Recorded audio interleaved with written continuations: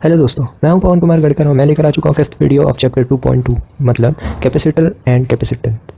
तो चलिए स्टार्ट करते हैं। पिछले वीडियो में हमने देखा था how does the capacitor work, right.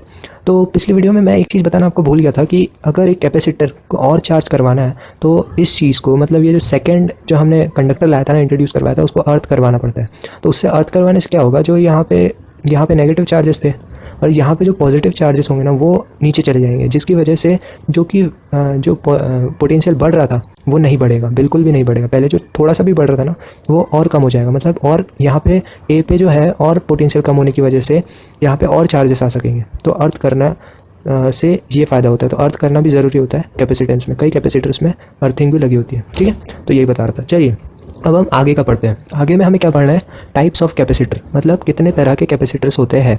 तो इसमें देखते हैं, सबसे पहले आता है पैरेलल प्लेट कैपेसिटर्स, जिसको मैं डायग्राम के थ्रू समझाऊंगा। तो ये दो प्लेट्स होती है जो कि कंडक्टिंग होती है और ये प्लेट पैरेलल होती है एक दूसरे के, और बीच में कोई भी इंसुलेटिंग मटेरियल डाल दिया होता है, घुसाड़ दिया होता है, ठीक है।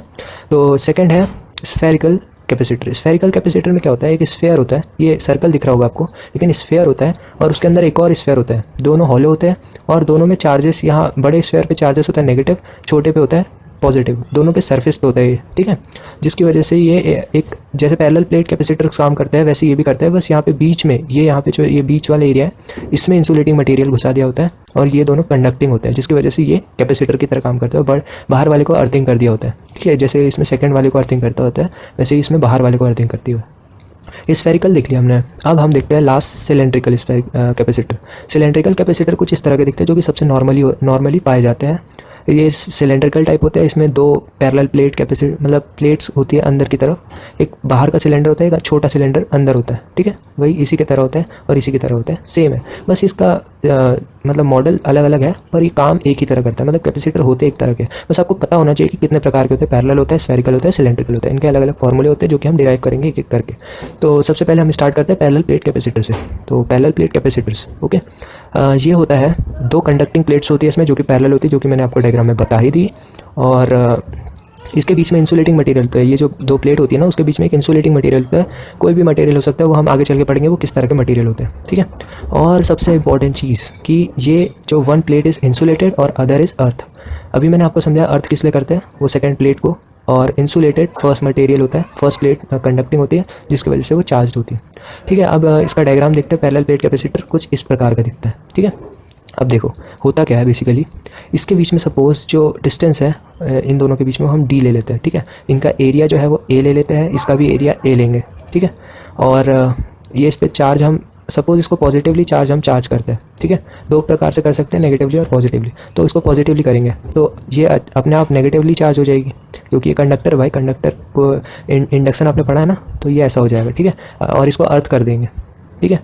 तो और इसमें और चार्जेस आ सकेंगे, ठीक है, ये वाली प्लेट में, जिसकी वजह से हम इसको कैपेसिटर का काम दे रहे हैं, वो यही तो है बेसिकली। तो ये कैपेसिटर ऐसे काम करता है। अब इसके लिए हम डिराइव करते हैं कि इसका कैपेसिटेंस कितना होता है। तो अब हम एक चीज़ जानते हैं कि E is equals to sigma upon epsilon naught होता है। ये हमने डिराइव भी किया था, आपको याद होगा, है ना। इसमें सिग्मा क्या होता है, चार्ज डेंसिटी, है ना, एरिया चार्ज डेंसिटी, ठीक है। ये हो गया E। अब एक और चीज़ आप जानते हो कि E is equals to minus dV by dr भी होता है। ये भी हमने प्रूफ किया था सेकंड चैप्टर में, 2.1 चैप्टर में, जो कि मैंने आपको बोला था बहुत इंपॉर्टेंट है, आपको याद रखना है। JB और JB दोनों में E है तो इक्वेट कर देंगे। अब हम इसको अगर अच्छे से लिखिए, छोटा पार्ट है, इसको बड़ा करके लिखे तो V बाय D लिख सकते हैं। ये जो D है वो डिस्टेंस है, तो ऐसा लिख सकता हूँ मैं। तो अगर मैं इन दोनों को इक्वेट करूँ तो मुझे क्या मिलेगा, sigma by epsilon naught is equals to V by D, right, okay. Sigma, अब सिग्मा हम जानते हैं, सिग्मा क्या होता है, सिग्मा होता है Q बाय A, है ना। वैसे DQ बाय DA होता है, लेकिन मैं यहाँ पर बड़ी चीज़ों की बात कर रहा हूँ इसलिए Q बाय A लिख रहा हूँ। तो अब अगर मैं ये सिग्मा की जगह Q बाय A डाल दूँ तो ये हो जाएगा Q by A epsilon naught is equals to V by D। तो यहाँ से अगर मैं V को लूँ तो V आएगा Q D by A epsilon naught, right, okay. अब मैं कैपेसिटेंस का एक फॉर्मूला जानता हूँ। कैपेसिटेंस क्या होता है, measurement of device which is called capacitor, उसकी एबिलिटी को दिखाता है, मतलब कितना स्टोर करने की कैपेबिलिटी रखता है, वो होता है कैपेसिटर, जो कि C से डिनोट करता है। तो वो क्या होता है, C is equals to Q upon V, है ना, यही होता है, हमने ये डिराइव भी किया हुआ है, ठीक है, कैपेसिटेंस। तो ये कहाँ से आया, ये देखो, ये होता है C is directly proportional to V। Sorry Q is directly proportional to V, मतलब जितने ज़्यादा चार्जेस होंगे उतना ज़्यादा पोटेंशियल होगा।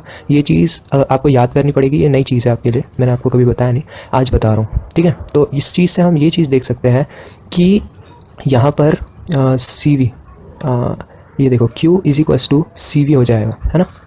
यहाँ पर जो प्रोपोर्शनैलिटी का साइन हटा के इक्वल लगाया तो ये C जो है वो कैपेसिटेंस, एक कांस्टेंट ला लिया जिसको मैं कैपेसिटेंस बोल रहा हूँ। कैपेसिटेंस यहीं से आता है, तो इससे एक फार्मूला बना किसका, C का फार्मूला होता है Q अपॉन V, ठीक है। यहाँ से ये फार्मूला आया, आई होप आपको समझ में आ गया होगा। तो ये वाला फार्मूला मैं यूज़ कर रहा हूँ। अब C is equals to Q upon V की ये वाली वैल्यू मैं यहाँ रखता हूँ, Q D, और यहाँ ये ऊपर चला जाएगा A एप्सिलॉन नॉट, तो Q से Q कट गया, तो यहाँ से मेरे पास C की क्या वैल्यू आई, C की value I A epsilon not upon D, ठीक है। तो ये जो है ये सबसे इंपॉर्टेंट फार्मूला है C का, जो कि हमको एग्जाम में पूछा ही जाता है, कोई ना कोई एक दो क्वेश्चन तो बन जाते हैं इससे। और हम डायलैक्ट्रिक्स पढ़ेंगे तब हम इसमें डायलैक्ट्रिक्स का भी नया फार्मूला C का देखेंगे। तो अभी के लिए ये सिंपलेस्ट फार्मूला है जिसको आपको याद रखना है, हमने डिराइव करके भी देख लिया, तो आपको तो अब याद हो जाना ही चाहिए। क्या होता है, A epsilon not upon D, C का, ठीक है। C मतलब कैपेसिटेंस। ओके, तो आज के लिए इतना ही। अब नेक्स्ट 6th वीडियो देखने के लिए आप डिस्क्रिप्शन में लिंक प्रोवाइडेड है, वहाँ जाकर आप देख सकते हैं।